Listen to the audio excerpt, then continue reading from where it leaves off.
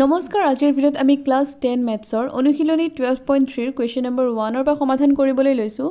so ইয়াত প্ৰথমে কি দিছে অন্য ধৰণে উল্লেখ নাথাকিলে পাই ইজ ইকুৱেল টু 22/7 লবা তাৰ মানে যদি প্ৰশ্নবোৰত দি দিয়ে কি পাইৰ ভ্যালু 3.14 লবা বুলি তেন্তে আমি 3.14 লম কিন্তু যদি প্ৰশ্নত মেনশন নাথাকে পাইৰ ভ্যালু 3.14 লোৱা বুলি তেন্তে আমি কি ধৰিব লাগিব পাইৰ ভ্যালু 22/7 ধৰিব লাগিব সো এতিয়া চাও হা প্ৰশ্ন নম্বৰ 1 কি কৈছে চিত্ৰ 12.19 ত অচ্ছাদিত অঞ্চলটোৰ কালি উলিওৱা যদি PQ is equal to 24 cm PR is equal to 7 cm আৰু বৃত্তটোৰ কেন্দ্ৰ O সমাধান যেহেতু O হৈছে বৃত্তটোৰ কেন্দ্ৰ মানে এই O হৈছে বৃত্তটোৰ কেন্দ্ৰ QOR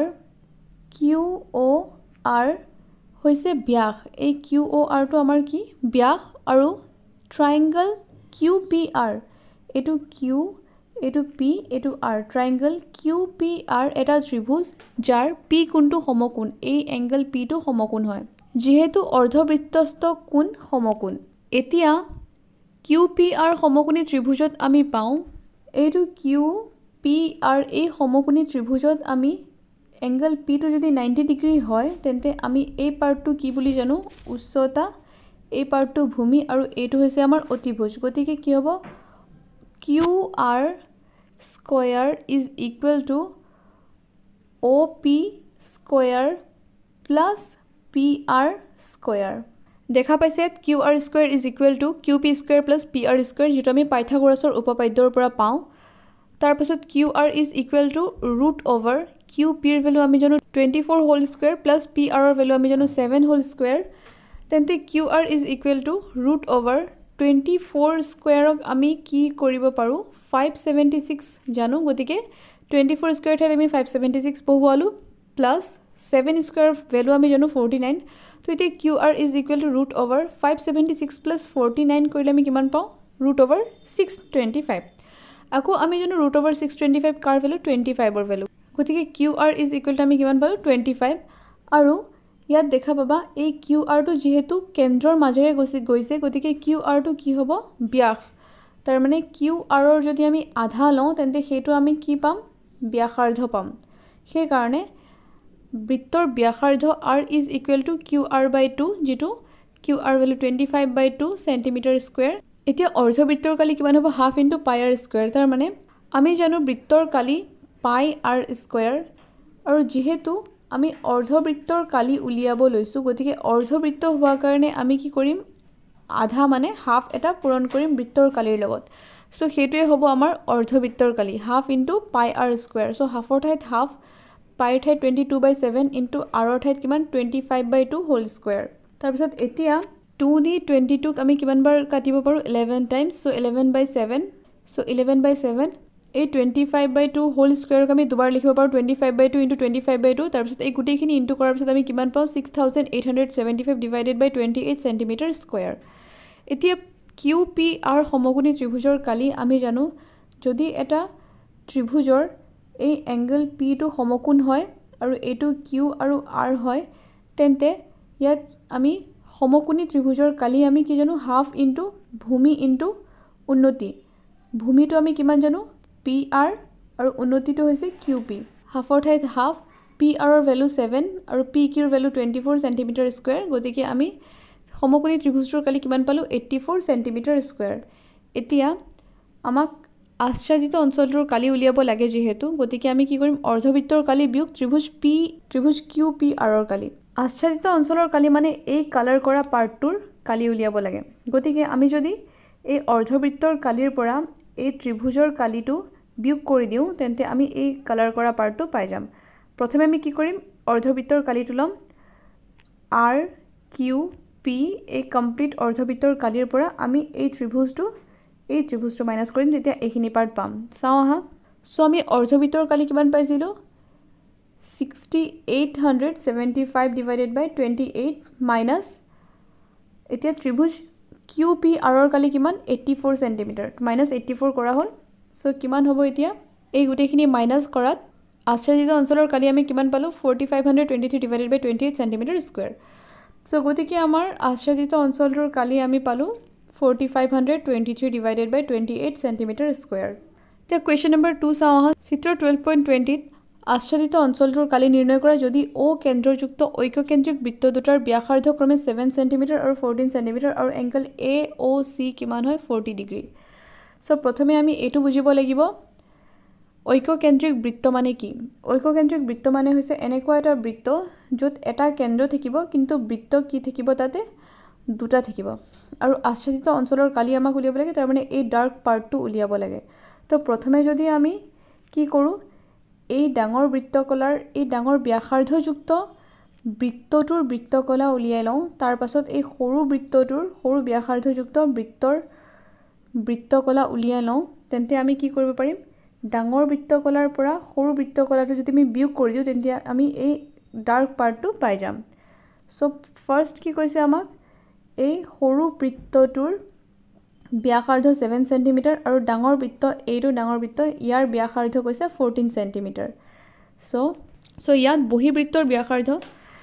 মানে r2 ধৰিলো যেটো 14 cm আৰু এংগল AOC 40 ডিগ্ৰী দিয়া হৈছে এই এংগলটো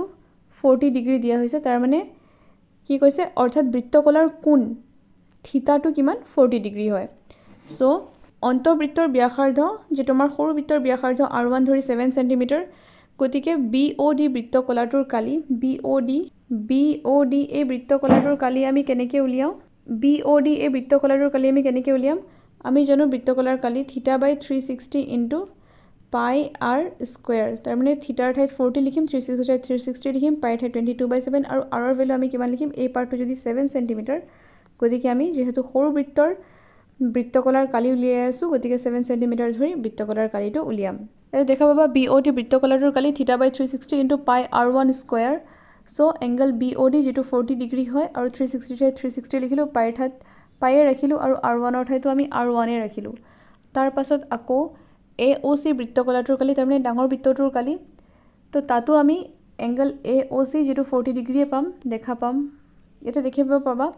এংগল AOC কিমান 40 ডিগ্ৰী হয় আৰু এংগল BOD ও 40 ডিগ্ৰী হয় কিন্তু ইয়াতে কি কৰিছে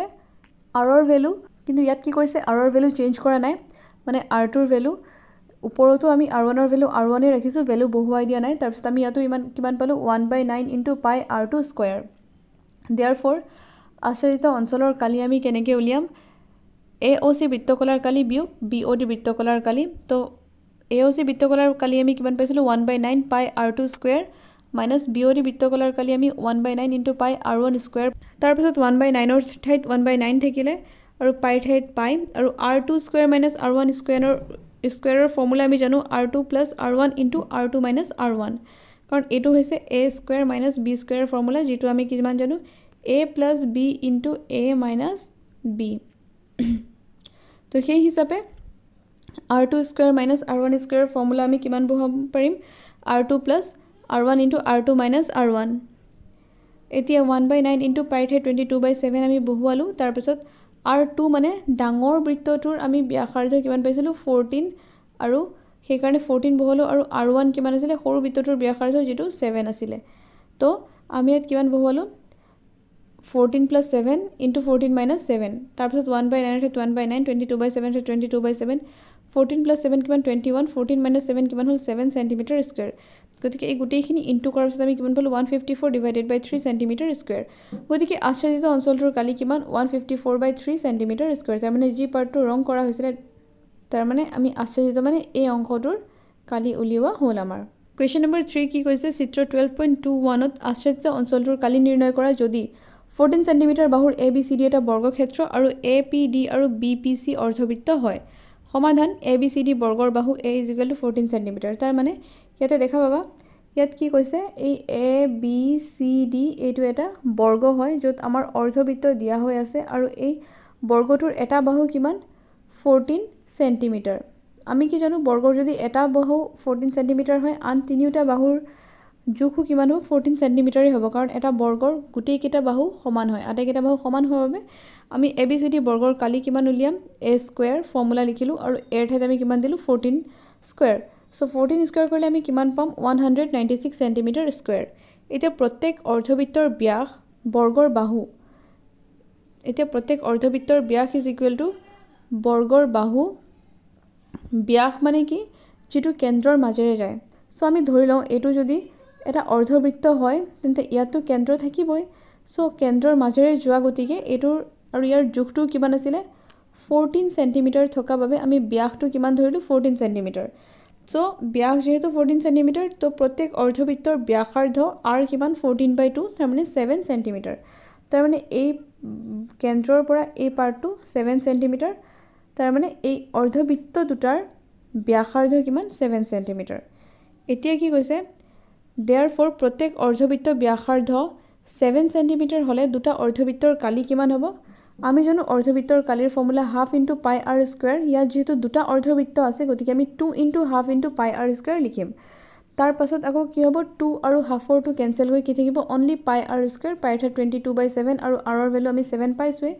তো 7 আৰু এটা 7 যদি কেনসেল হৈ যায় কিমান হ'ব 22 ইনটু 7 সেন্টিমিটাৰ স্কয়াৰ তাৰ পাছত আমি এই দুটা পূৰণ কৰি কিমান পাম 154 সেন্টিমিটাৰ স্কয়াৰ এতিয়া আচ্ছাদিত অঞ্চলটোৰ কালি আমি কিমান পাম ABCD এই গুটেই ABCD বৰ্গৰ কালিৰ পৰা আমি কি কৰিম এই বৃত্ত দুটা অৰ্ধবৃত্ত দুটাৰ কালি বিয়োগ কৰি দিম তেতিয়া আমি এই যেটো আমি আচ্ছাদিত অঞ্চলটো আছিল সেই কালিটো পাই যাম সো গতিকে ABCD বৰ্গৰ কালি আমি কিমান পাইছিল 196 মাইনাস অৰ্ধবৃত্ত দুটাৰ কালি 154 দুটা মাইনাস কৰিলে আমি কিমান পাম 42 সেন্টিমিটাৰ স্কয়াৰ